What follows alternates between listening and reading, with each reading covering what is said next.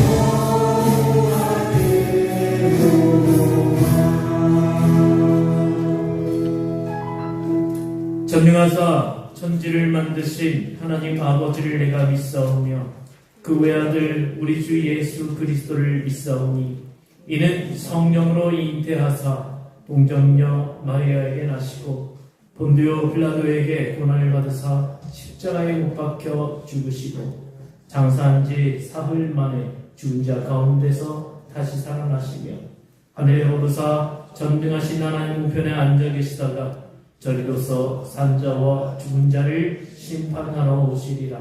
성령을 믿사오며 거룩한 공회와 성도가 서로 교통하는 것과 죄를 사하여 주시는 것과 몸이같이 사는 것과 영원히 사는 것을 믿사옵나이다. 아멘.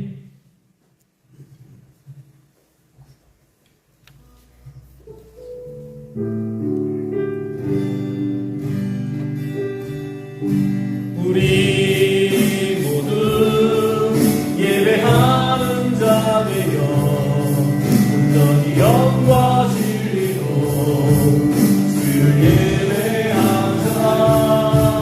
주가 우리와 함께 영원히 함께 하시고 마르지 않는 샘물로 우리 재우신 우리 예배하는 자 되어 온전히 영과 진리로 주를 예배하자. 주가 우리와 함께 영원히 함께 하시고 마르지 않는 샘물로 우리 재우신 분이 모두 예배하는 자 되어 온전히 영과 진리로 주를 예배하자. 주가 우리와 함께 영원히 함께 하시고 마르지 않는 샘물로 우리 재우시. 우리 시간 함께 기도합시다. 주님께서 이 시간 우리에게 주신 은혜를 간구하며 주님을 바라보며 온전히 주님께 예배하는 이 시간 되도록 그리고 이 예배를 주님께서 기뻐 받으시도록 내 마음을 나의 정으로 다 예배하길 원합니다. 함께 기도합니다. 살아계신 역사하시는 우리 아버지 하나님, 우리 살아 역사하시고 인도하시는 주님을 향하여 우리 마음을 드리고 생각을 드리고 우리 손을 드리고 우리의 춤을 추며 우리 주님을 찬양해 예배합니다. 우리 예배 오늘 살아 역사하시는 주님과 함께하기를 원합니다. 성령께서 받으신 예배 우리 함께 사랑의 하나님 감사합니다.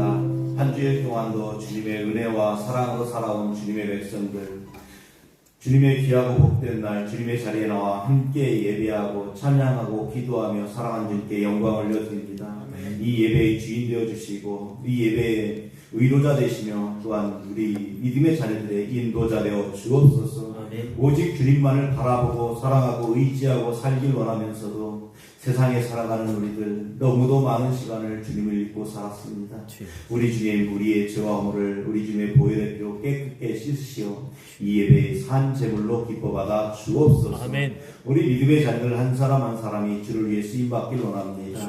우리 주님이 우리에게 주신 달란트를 묵히는 것이 아니고 오직 주를 위해 사용하는 아름다운 자녀들 다 되어지길 원합니다. 아멘. 우리 믿음의 자녀들 한 사람 한 사람 붙들어 사용하여 주옵소서. 아멘.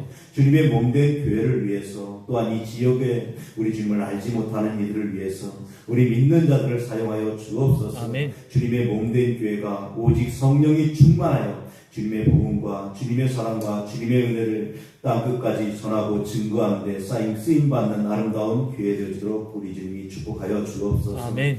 지금 이 시간 주님의 귀한 말씀의 은혜로 나누기를 원합니다. 주여. 말씀 대원하실 목사님 붙들어 주옵소서. 아멘. 성령의 충만함으로 붙들어지고 그 입술의 권세와 능력을 더하여 주옵소서. 아멘. 살아있는 말씀이 선포될 때 그 말씀 한 절 한 절이 우리 믿음의 자녀들의 작은 가슴에 채워지고 또 채워져서 한 주일 동안 승리하는 영의 양식이 되게 하여 주옵소서. 아멘. 이 모든 예배의 시종을 주님께 맡기고 위탁하며 예수님 이름으로 기도드립니다. 아멘. 우리 기도를 들어주시고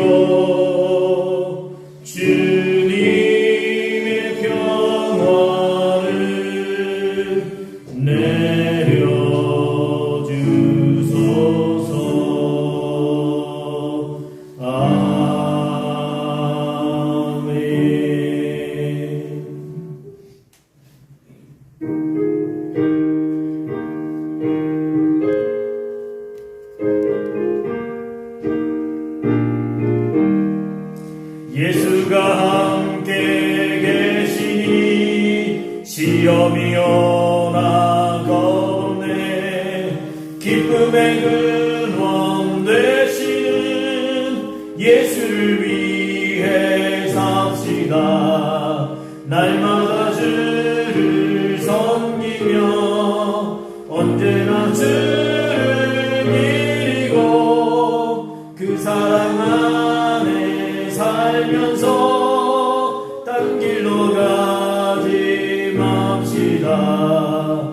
이 세상 사는 동안에 주 이름 전파하면서 무한 복락 주시는 예수를 위해 삽시다.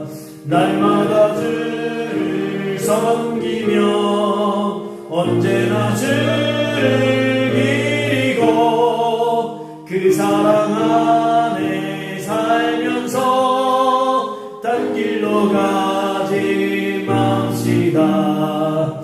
이 세상 친구 없어도 예수는 나의 친구니 불의한 일을 버리고 예수를 위해 삽시다. 날마다 주를 섬기며 언제나 주를 기리고 그 사랑 안에 살면서 딴 길로 가지 맙시다. 주께서 심판하실 때 잘했다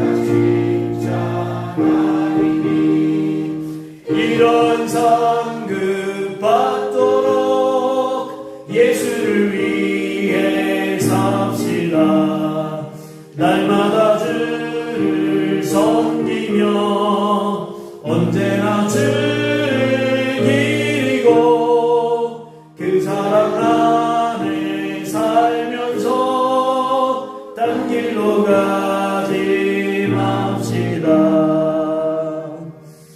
감사합니다. 주님, 우리의 삶을 인도하시고 붙잡아 주셔서 우리가 매일 주님의 은혜 가운데 살아가게 하시니 감사합니다.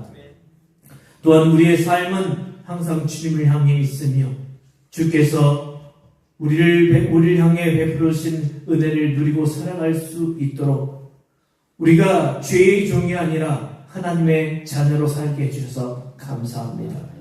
하나님, 우리가 이렇게 하나님의 은혜를 입고 살아가니 우리는 주님을 향하여 우리 온 마음 온 정성 다해 주님을 예배하며 또 이 예배 가운데 우리의 마음을 담아 하나님께 예물을 드립니다.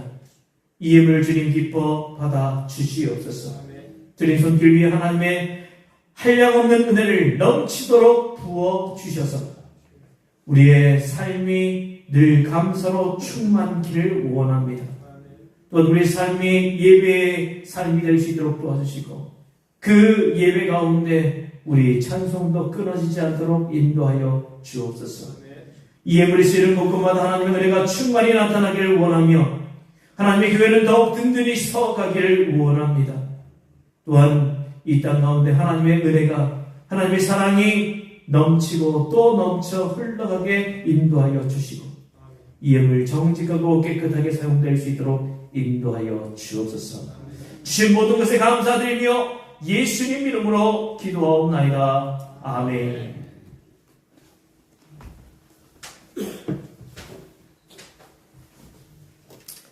교회 소식 전합니다. 교회 소식 주보를 참고해 주시기 바랍니다. 우리 에덴교회 예배 참석하고 있는 모든 분들 주님의 이름으로 사랑하고 축복합니다. 자, 오늘 오후 예배 찬양팀 헌신 예배로 드립니다. 오늘 점심 식사 후에 강의가 목양실에서 있습니다. 오늘 예배 후에 한교직으로 새로이 한교직으로 선출된 분들 이번에 권사 안수 집사에 선출되신 분들은 대회실에 오후 예배 후에 잠깐 남아주시기를 바랍니다. 다음 주일 오전 예배 후에 정기제식회 대회실에서 있습니다. 그리고 오늘 오후 3시에 저암교회 장로 권사임직 명예권사 추대감사 예배가 저암교회당에서 있습니다. 이 시간 우리 함께 또 말씀을 함께 나누겠습니다. 오늘 우리에게 주시는 하나님의 말씀은 누가복음 19장 11절에서 27절까지의 말씀입니다. 신약 128쪽입니다. 누가복음 19장 11절에서 27절까지의 말씀입니다.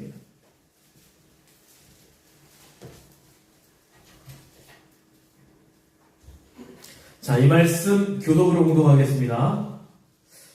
그들이 이 말씀을 듣고 있을 때에 비유를 더하여 말씀하시니 이는 자기가 예루살렘에 가까이 오셨고 그들은 하나님의 나라가 당장에 나타날 줄로 생각합니다.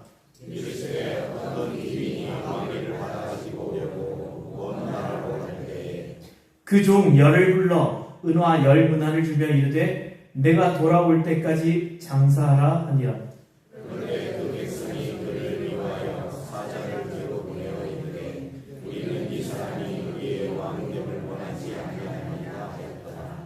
귀인이 왕위를 받아가지고 돌아와서 은화를 준 종들이 각각 어떻게 장사하였는지를 알고자 하여 그들을 부르니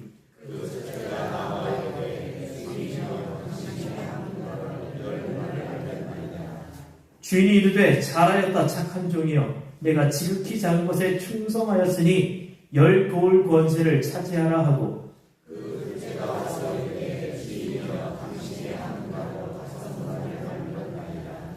주인이 그에게도 이르되 너도 5고을을 차지하라 하고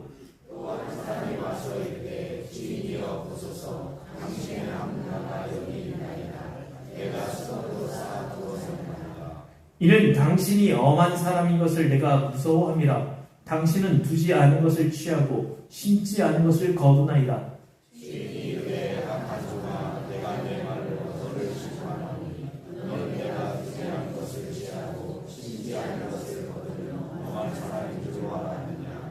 그러면 어찌하여 내 돈을 은행에 맡기지 아니하였느냐? 그리하였으면 내가 와서 그 이자와 함께 그 돈을 찾았으리라 하고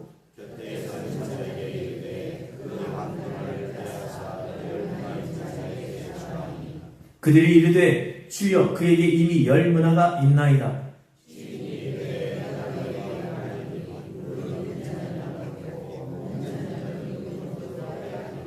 같이 읽습니다.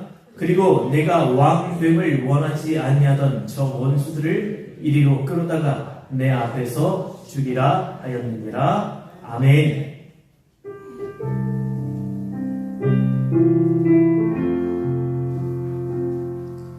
이 말씀 따라 사는 동안 지치지 않게 하시고 이 말씀 따라 사는 동안 주님 나라 이루소서. 할렐루야. 우리 서로서 인사합시다. 사랑합니다. 축복합니다.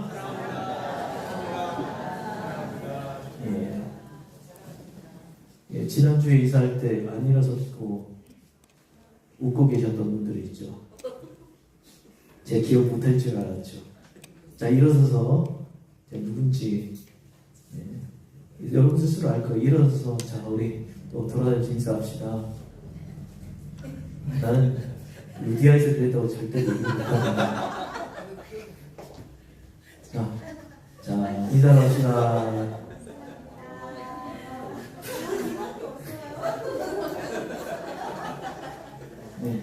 전 절대로 루디아에서 그랬다고 절대로 얘기 못해요.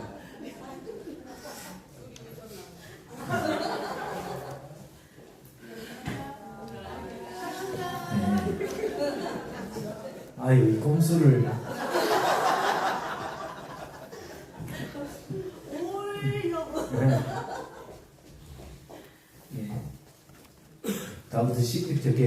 다음부터 웃고 계시지 마시고. 자, 여러분 주님의 이름으로 여러분을 사랑하고 축복합니다. 루디아도 제가 미워서 그런 거 아닌가요? 자, 오늘 우리가 함께 나눈 누가복음 19장 말씀에서 가장 중요한 구절은 11절 말씀입니다. 이 말씀을 이해해야 예수님께서 은 열문화를 비유하신 이유를 알 수 있습니다. 우리 11절 다시 한번 더 읽겠습니다. 같이 읽겠습니다. 그들이 이 말씀을 듣고 있을 때에 비유를 더하여 말씀하시니 이는 자기가 예루살렘에 가까이 오셨고 그들은 하나님의 나라가 당장에 나타날 줄로 생각합니다. 이 말씀 중에 그들이 이 말씀을 들을 때에 라는 말씀은 앞부분 말씀과 연결되어 있다는 얘기예요. 예수님께서 삭개오에게 구원을 선포하셨을 때 그 주위에 있던 사람들을 말합니다. 그들에게 열문화 비유를 말씀하셨다는 겁니다. 왜 그랬을까? 자, 예수님이 예루살렘 입성을 앞두고 사람들은 생각하기를 드디어 예수님께서 예루살렘에 들어가시면, 입성하시면 예수님이 통치하실 나라가 이제 시작될 것이다, 임할 것이다, 이 생각이 가득 차 있습니다. 여리고성에서 예루살렘까지는 35km 정도 떨어져 있어요. 제가 여리고에 가봤는데요. 지금 여리고에는 유대인들이 아니라 팔레스타인 사람들이 살고 있어요. 그래서 제가 성지순례 갔을 때 예루살렘에서 여리고로 가서 거기서 그 가이드 하시는 목사님이 거기서 저기 기념품을 사라 그러더라고요. 왜냐하면 예루살렘은 엄청 비싼데 여리고는 거의 반의 반값 정도밖에 안 해요. 여리고에 가는데 진짜 이 예루살렘하고는 조금 수준이 좀 달라요. 그리고 왠지 좀 순박해 보이고 사람이. 근데 거기까지 가는데 한 40분 정도 버스를 타고 이동을 하더라고요. 그러면 우리가 그냥 거리로 본다면 한 35km 정도 떨어져 있다고 보면 됩니다.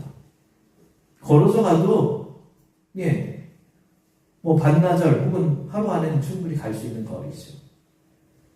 그러니 예수님을 따르던 사람들은 이제 곧 하나님의 나라가 곧 임할 것이다 라고 생각을 했던 겁니다.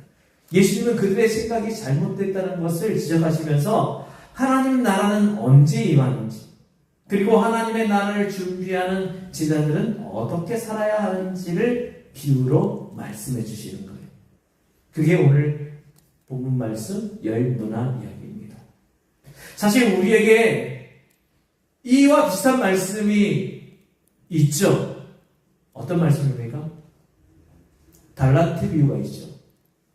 달란트 비유, 그리고 열문화 비유가 사실 우리와는 크게 상관없는 것처럼 느껴질 수 있겠지만 당시 그 말씀을 들었던 사람들에게는 쉽게 이해가 되고 피부에 와닿는 말씀이었습니다.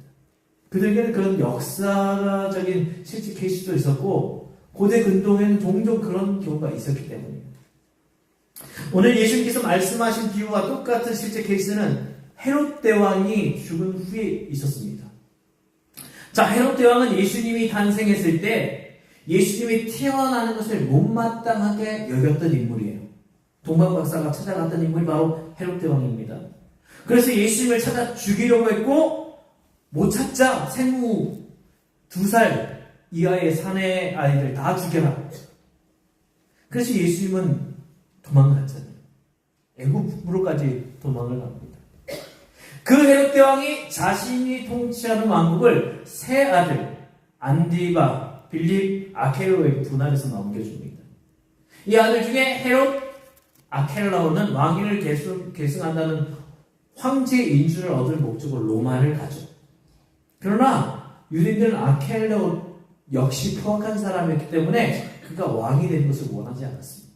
그래서 따로 50명의 사절단을 구성해서 로마로 보내서 아켈레오가 얼마나 포악한지를 로마 황제에게 보고를 합니다. 로마 황제는 아켈레오를 만나고 후에 또 도착한 50명의 사절단을 통해서 이야기를 다 듣고 아켈레오에게 왕의 권한은 주지 않습니다. 대신 유대와 사마리아 지역을 통치하는 왕은 아니고 분봉왕, 일종의 영주 비슷한 군수, 시장, 도지사 이런 격의 직위를 받아서 받아서 옵니다. 50명 사절단의 아켈로 폐위 노력은 사실은 실패로 돌아가는 거죠. 분봉왕 자격을 얻어서 이스라엘로 돌아온 아켈로레오는 자신을 반대하는 편에 가담했던 그 유대인들을 축출합니다. 역사가 요세푸스에 하면 그때 약 8,000명이 학살되었다고 합니다. 오늘 말씀한 예수님의 비유 속에 이 사건이 배경으로 깔려 있는 거예요. 또 옛 고대 사회, 특히 중근동 지방에는 이런 경우가 종종 있었습니다. 재산이 많은 지주가 때때로 장기간 먼 여행을 떠나게 되면 그와 함께했던 종들 가운데 주인을 대신해서 재산을 관리하는 임무를 맡기곤 했습니다. 주인은 종들의 능력을 따라서 어떤 사람에게는 토지 관리하는 것, 또 어떤 사람에게는 돈을 관리하는 일, 또 어떤 사람에게는 가사의 일을 담당하는 그런 역할을 맡깁니다.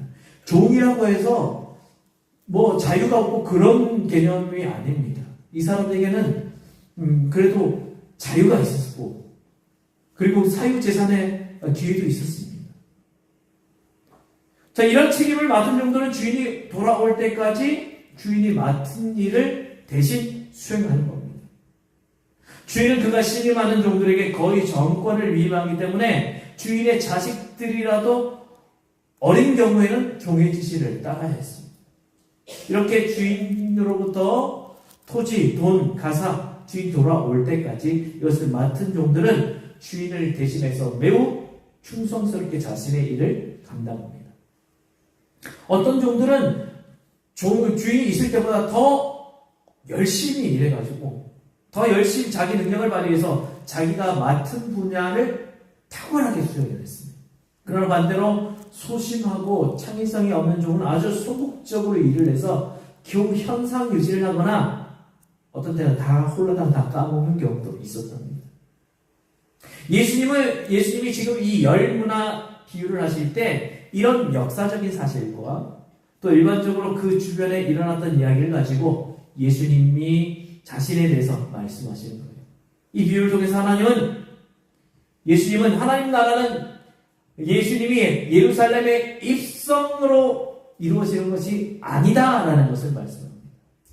예수님이 우리를 위해서 십자가에서 돌아가셔야 하고 부활하시고 승천하셔서 이 하나님의 보좌 우편에 계시다가 하나님의 시간표에 맞춰서 다시 이 땅에 오심으로 이루어진다. 이 말씀을 하신 거예요. 그리고 예수님이 재림주로 오실 때, 다시 오실 때 예수님이 왕의 되심을 반대한 세력들은 심판당할 수밖에 없다는 것을 27절에 말씀하고 있는 거예요. 자, 이런 핵심을 바탕으로 생각하면서 오늘 말씀에 나타난 열문화 비유를 깊이 생각해 봅시다. 예수님이 구원사역을 완성하시고 하나님의 나라로 올라가실 때 예수님을 따르는 모든 사람들에게 문화를 주신다는 거예요. 한 문화씩 주신다는 거예요. 그러고 말씀하십니다. 자기 종 10사람을 불러다가 10문화를 주고서 한 문화씩 다 나눠주고서는 내가 올 때까지 이것으로 장사하여라. 달란트 비유에서는 10명의 종이 아니라 3명의 종을 불러서 한 사람에게는 5달란트를, 한 사람에게는 2달란트를, 한 사람에게는 1달란트를 줬죠. 달란트 비유에서 얘기하는 1달란트나 또 문화에서 비교하는 한 문화의 가격을 비교한다면 엄청난 차이가 있습니다. 사실 1달란트는 노동자의 16년 정도에 해당하는 분사비입니다. 그런데 한 문화는 노동자의 3개월 정도의 분사비입니다. 계산에 익숙한 우리에게는 엄청난 차이로 보일지 모르겠지만 이것은 비유이기에 상징과도 같습니다. 달란트 비유에서나 문화 비유에서 종에게 주신 달란트나 문화는 당시의 그 조건을 생각하기에는 둘 다 엄청난 그런 금액이에요. 그것을 종들에게 믿고 맡겼다는 거예요. 원래 주인이 다 관리하고 주인의 소유인데 그것을 종들에게 믿고 맡겼다는 겁니다. 종들에게 있어서는 우리가 이것을 이것을 우리가 관리하고 말고는 우리에게 해당되는 일이 아니에요. 우리는 그냥 주인이 시키는 일을 하는 거예요. 주인이 관리하고 주인이 장사할 때 이거 갖고 와 하면 갖고 오고 저거 갖고 와 하면 갖고 오고 그래서 시키는 대로 하면 됐는데 이제 주인이 우리를 믿고 그거 네가 알아서 한번 해봐.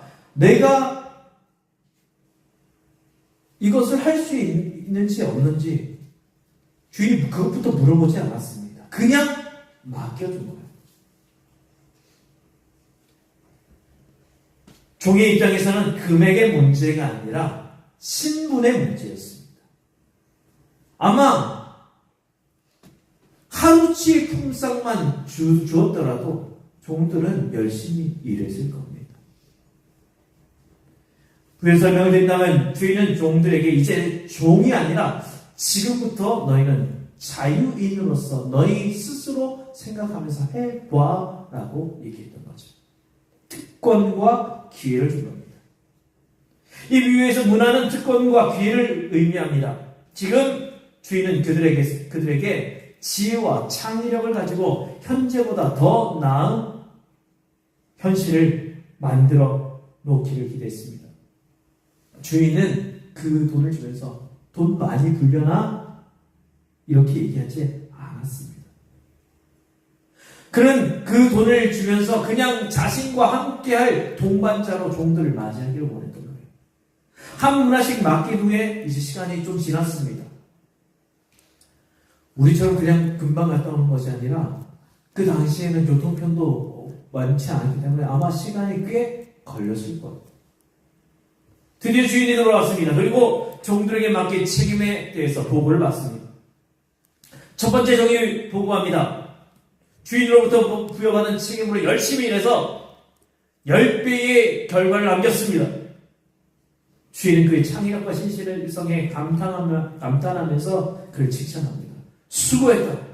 참 잘했다. 너는 나의 동역자와 함께 일하자. 또 한 종이 보고합니다. 그도 주인이 주신 책임을 어떻게 수행했는지를 보고합니다. 주인은 그도 칭찬해줍니다. 수고했다. 너도 참 잘했다. 너도 지금부터 나와 함께 동력하자. 그런데 그 중에 한 명은 전혀 엉뚱한 보고를 하죠. 주인님, 제가 알기로는 당신은 기준이 높고 경거망동하는 걸 싫어해서 최선을 요구하시고 실수를 용납하지 않는 분으로 알고 있습니다. 저는 당신을 실망시킬 것이 두려워서 은하 한 문안을 수건에 싸서 숨겨뒀습니다. 여기에 한 푼도 축내지 않고 고스란히 가져왔습니다. 재미있는 것은 충성하지 못한 사람이 말도 더럽게 많고 그 말도 참 길게 합니다. 주인이 그 종에게 격려합니다. 이 사람아! 그렇게 하는 것이 매우 어리석고 비참하게 사는 길이야. 내가 그렇게 소심하게 살려고 했어. 내가 최선을 요구하는 줄 안다고 하면서도 너는 어째서 그 최소한에도 못 미치는 행동을 했느냐. 적어도 그 돈을 은행에라도 맡겼다면 네가 약간의 이자라도 받았을 것 아니냐. 종은 주인의 깊은 뜻을 헤아리지 못했기 때문에 자신에게 주어진 그 귀한 특권을 잃어버리고 말았습니다. 주인이 원했던 것은 돈을 많이 남기는 것이 아니었습니다. 주인이 원하는 것은 그 자유인으로서의 특권과 기회를 줬을 때 그것을 마음껏 누리면서 그것을 통하여서 자유롭게 주인이 맡겨진 일을 감당하면서 그 결과를 내기를 원했던 겁니다. 아마 그 결과가 실패했더라도 주인은 야단치지 않았을 겁니다. 예수님 오늘 비유를 통해서 주님을 믿는 우리 모두가 하나님 안에서 특권과 기회를 부여받은 자다. 이것을 우리에게 말씀하고 계십니다. 우리는 예수님 안에서 죄로부터 자유함을 얻었어요. 뿐만 아니라 우리가 하나님을 위해서 열심히 일할 수 있는 건강과 재능과 직분도 받았습니다. 그렇기 때문에 하나님께서 우리에게 맡겨주신 특권과 기회를 가지고 주님 오실 때까지 우리는 열심히 사역해야 하는 거예요. 하다가 실패할 수도 있습니다. 하지만 우리 주님은 그 실패 때문에 우리에게 야단치지 않으세요. 우리 하나님 나라에서 받은 특권과 기회가 나 자신의 평안과 안정을 누리기 위한 것이 아님을 분명히 기억해야 합니다. 내가 받은 특권과 기회를 가지고 하나님 나라가 확장되고 하나님의 나라의 열매가 맺혀지는 그런 삶을 살아야 한다는 것을 말씀하고 있는 것입니다. 에드워드 보크라는 한 소년이 있었습니다. 이 소년이 네덜란드에서 태어났는데요. 부모님도 다 일찍 돌아가셨고 할아버지 손에서 자랐습니다. 집이 너무 가난하고 어렵기 때문에 고향을 떠나야만 했습니다. 그 11살 때 할아버지를 떠나 어린 나이에 미국으로 가게 됩니다. 집을 떠날 때 할아버지는 어린 에드워드의 머리를 쓰다듬으면서 너에게 꼭 해주고 싶은 말이 있다. 너는 이제부터 어딜 가든지 너로 말미암아 네가 있는 곳이 어떤 모양으로라도 보다 나아지도록 힘써야 한다. 이게 너에게 줄 수 있는 유일한 미천이다. 이거 명심하면서 열심히 살아. 아픈 마음을 달리면 어린 손자를 떠나보냈습니다. 에드워드는 미국에 도착해서 돈 한 푼 없는 그 어려움을 극복하기 위해서 가장 손쉬운 신문 팔이부터 시작합니다. 많은 사람들이 오가는 길 모퉁이에서 신문을 팔면서 나는 지금 보스턴이라는 미국 이 길 모퉁이에서 신문을 팔고 있다. 이 거리를 무슨 모양이라도 보다 나아지게 해야 되겠다. 그래서 에드워드는 생각했습니다. 그런 신문을 파는 틈틈이 도시 이 모퉁이 그 모퉁이의 뒹구는 종이 조각과 담배꽁초를 집어들어서 치우기도 하고 또 조그만 빗자루를 마련해서 때때로 쓰기도 했습니다. 손님들은 여기만 오면 틀림없이 신문을 살 수 있다는 그런 믿음과 길거리가 한결 깨끗해진 데 대해서 에드워드에게 감사하게 됐습니다. 에드워드는 그 뒤 몇몇 다른 직장을 거쳐서 커스트 출판사의 사무실과 서적 판매상을 청소하는 청소부가 됐습니다. 청소부가 된 그는 내가 오기 전보다 여기가 좀 더 깨끗해져야 되겠다. 책과 잡지도 더 팔려야 되겠다. 할아버지의 기분을 생각해냈습니다. 그가 온 뒤에 그 회사가 티 하나 없이 깨끗해졌고 판매원들의 일도 도와주기 때문에 판매도 훨씬 더 잘 되었답니다. 그는 그 회사에서 점원이 되고 판매부장이 되고 경제부장, 편집부장, 지배 등의 그 직위를 거쳐서 중령이 되고 사장까지 되었습니다. 그 후에 그는 나는 지금 미국의 유력한 시민이며 경험도 경제력도 가졌으며 국민에게 영향을 줄 출판물도 가지고 있다. 나는 지금 살고 있는 이 미국을 보다 좋은 나라로 만들어야 한다. 할아버지가 준 인생 철학을 마음 깊이 새기면서 여러 사회운동과 문화사업을 벌였고 각종 출판물을 값싸게 농촌까지 보급시키는 그런 정열을 불태우다가 1925년에 은퇴하고 그 후에 1932년에 출판한 자서전은 베스트셀러가 되어서 많은 사람들에게 감동을 주었답니다. 이제 우리의 문제로 이 비유를 가져와 봅시다. 오늘 우리는 하나님으로부터 하나님 나라 밖에 있는 사람들과 또 다른 사람들을 위해 주신 특권과 기회를 부여받았습니다. 그것은 나만 잘 살고 잘 먹고 잘 사는 그런 내 안정과 평안을 위한 것이 아닙니다. 우리가 있는 이 현실을 나를 통해서 조금이나마 나아지게 하는 책임을 우리는 부여받은 겁니다. 건강하십니까? 그 건강만을 축복으로 알면 안 됩니다. 그 건강으로 내가 있는 현실이 나아지고 있는가? 다른 사람보다 내가 돈을 많이 벌었다고 축복하고 자랑하면 안 됩니다. 내가 번 돈으로 내가 몸담고 있는 현실을 나아지게 하는데 사용되고 있는가 물어봐야 됩니다. 내가 다른 사람보다 학벌이 더 뛰어나다고 교만해서는 안 됩니다. 내가 배운 공부로 세상을 더 나아지게 하는데 사용하고 하고 있는가 물어봐야 합니다. 다른 사람이 갖지 못한 재능이 있습니까? 그것으로 자랑하면 안 됩니다. 내가 그것으로 세상을 더 나아지게 하는데 사용하고 있는가 물어봐야 되죠. 높은 관직, 또 다른 사람보다 복을 더 많이 받았어요? 그것으로 우리는 무엇을 하고 있습니까? 진정한 축복받은 사람은 그 자리에서 세상을 조금이나마 더 나아지게 하는 사람인 거예요. 예전에 제가 그 전도사를 처음 시작할 때 1999년에 전도사의 첫 사역을 시작했었는데 그때 읽은 책 중에 원 베네딕트 선교사님의 책이 있었습니다. 그 책에 원 베네딕트 선교사님은 이런 말씀을 했습니다. 그 원 선교사님이 늘 학생들에게 청소년 사역을 하시는 분인데 학생들에게 늘 하던 이야기였습니다. 공부해서 남 주자. 돈 벌어서 남 주자. 예, 이게 원 베네딕트 선교사님이 하신 이야기였어요. 자, 따라서 합시다. 우리 학생은 어쨌든 준우야, 준우야, 공부해서 남 주자. 자, 목사님이 공부해서 하면 남 주자 해야 돼, 그렇지? 공부해서, 그렇지. 자, 여러분께 돈 벌어서 우리에게 주신 하나님의 기회와 특권, 이것은 나 혼자 잘 먹고 잘 살자는 것이 절대로 아닙니다. 성경을 보세요. 하나님 주신 특권과 기회를 가지고 잘 사용했을 때 그들의 배후에서 어떤 역사가 일어났습니까?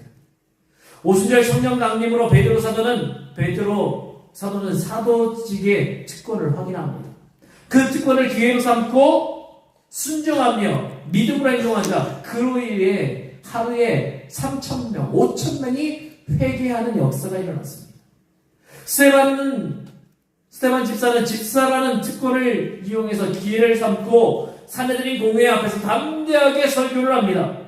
그 결과 그는 순교로서 생애이 끝난 것 같지만 그의 순교는 바울에게 큰 영향을 끼치고 위대한 사도 바울이 태어나게 했습니다.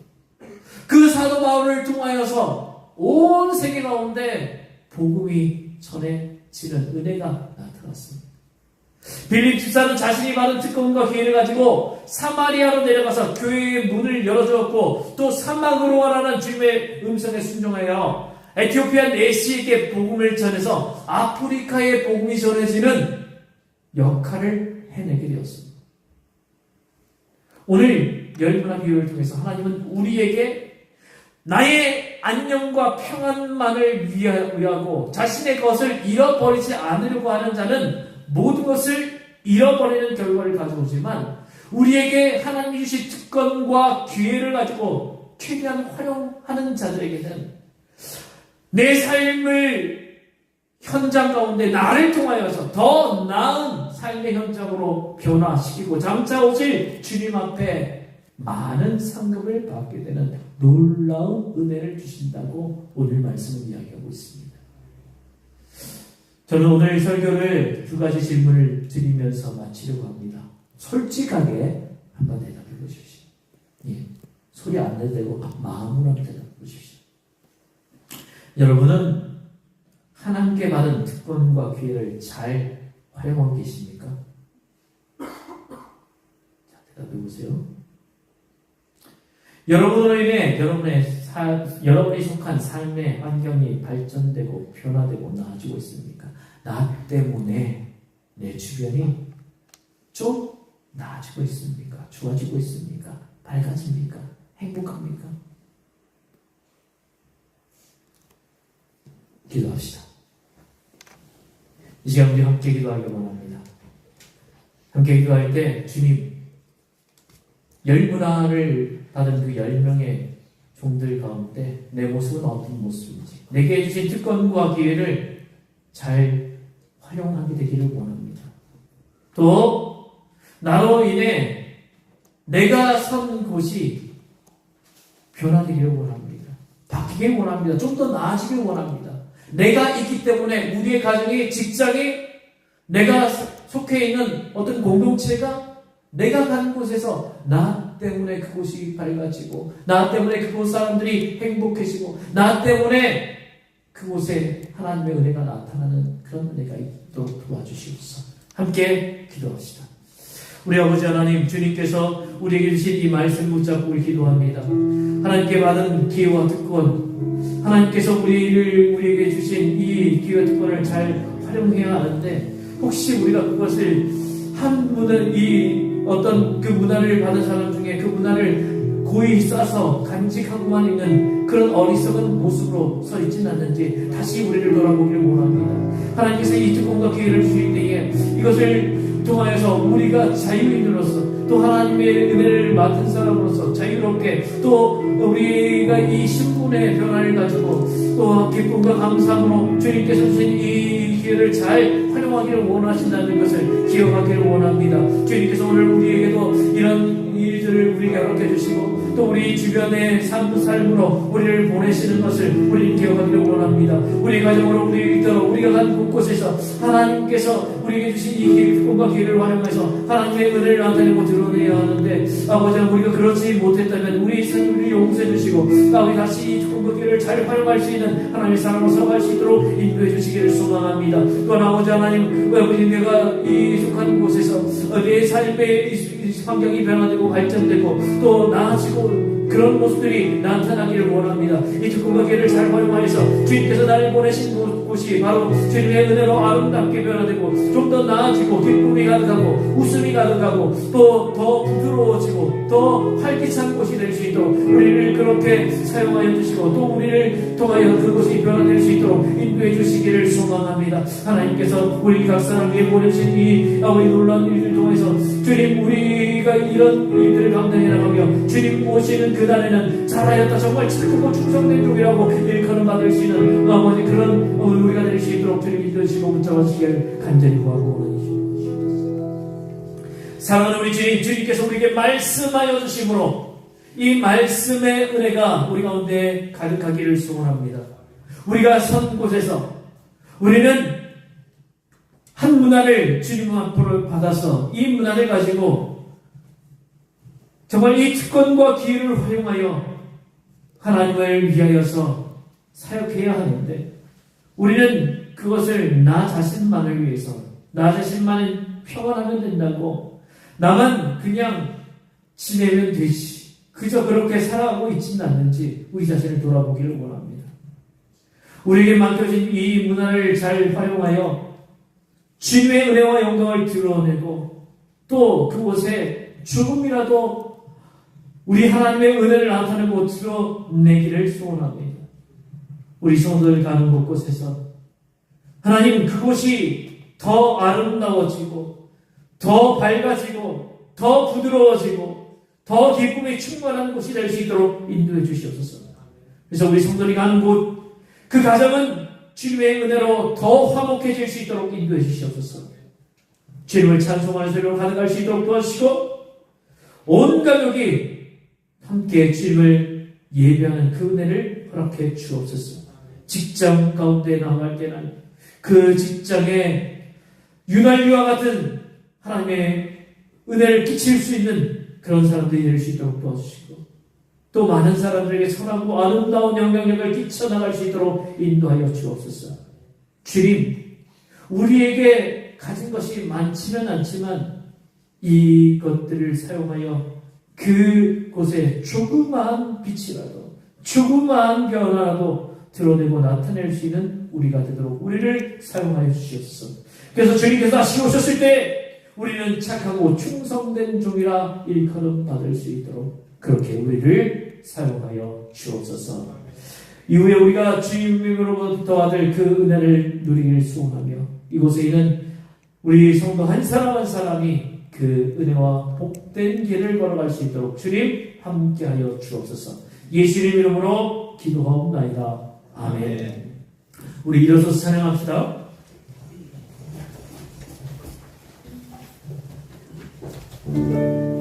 일어나 주 위에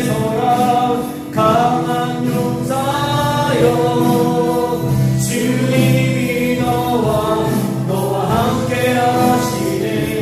주께서 다시 오시니 그 길에 위하라. 영광의 주님 고마워. 일어나 우리 영상을 바라보시면서 일어나 주 위에 서라. 강한 용사여 주님이 너와 함께 하시네. 주께서 다시 오시니 그 길에 위하라. 영광의 주님 고마워. 일어나 우리 자신을 향하여서 일어나 주 위에 서라. 강한 용사 주님이 나와 함께 하시네. 주께서 다시 오시니 그 길에 위하라. 영광의 주님 오만의 왕 오시네.